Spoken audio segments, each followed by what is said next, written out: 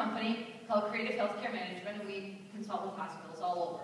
And some of my colleagues and I wrote a book called Relationship-Based Care, a Model for Transforming Practice. We wrote that in 2004. Now, I want you to know that you don't just wake up one day and say, hey, let's write a book. You know, it doesn't happen. Usually you write a book because you got a burning question you're trying to figure out. You've been thinking about this for a long time. You're trying to answer the question, and that's what happened for me too. I was trying to figure something out, and I had several other colleagues who had the same burning question on their mind, and we got together and we said, let's study it, let's explore it, and we ended up writing a book about it.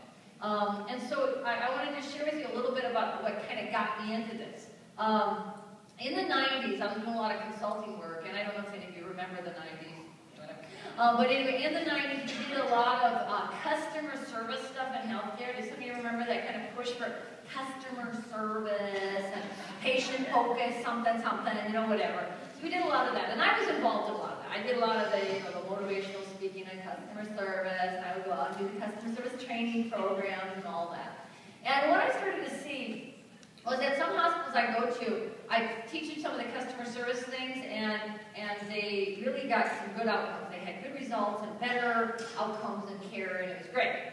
And then some of the other places I go to, I do the same thing, the same exact thing, but they wouldn't have the same outcome. They wouldn't have improvement of their care or caring outcomes, and it's like, wait a minute, why am I doing the same thing but getting different results? This started to puzzle me. And I asked some of my colleagues that as well, too. I was asking them, you know, are you seeing the same thing? And they said, yeah, this is so weird. Why isn't it that we're not seeing the same results in organizations that we work with?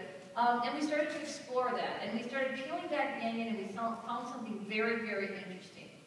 First of all, for most of my career, I believe what a lot of us were taught, that if you're thinking about care, it's really all about the patient. You know, I was taught for a lot of years that you just got to focus on the patients and family, focus on them, and it'll all be fine. It's all about the patients, patient-centered care. Patients are at the center of our work. That's what I was taught for a long time. And as we started to study organizations and look at things, we found out that that is not true. That is not true. It's hard for me to stand up here in front of a bunch of other professionals and say, guess what? We were wrong.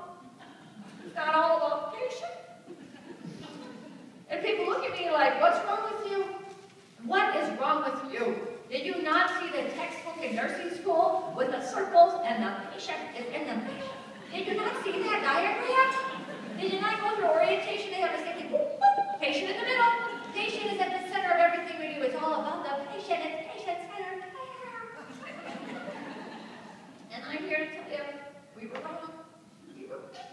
It's not all about the patient. Actually, what we found is it's about three relationships. Not just about the patient. There are three relationships you have to pay attention to. As we peeled back the onion and looked at what was going on in most hospitals that were truly successful, where caring was at the center of what they did, there were three relationships you need to pay attention to. It wasn't just the patient and family. And so that's really what it became the center of that book we wrote on relationship-based care. And so I'd like to now introduce you to what it is, which I think really puts the pizzazz into practice. This is what we're really looking at. So here are the three relationships we found. Patient and family are a part of this. I'm not denying that at all.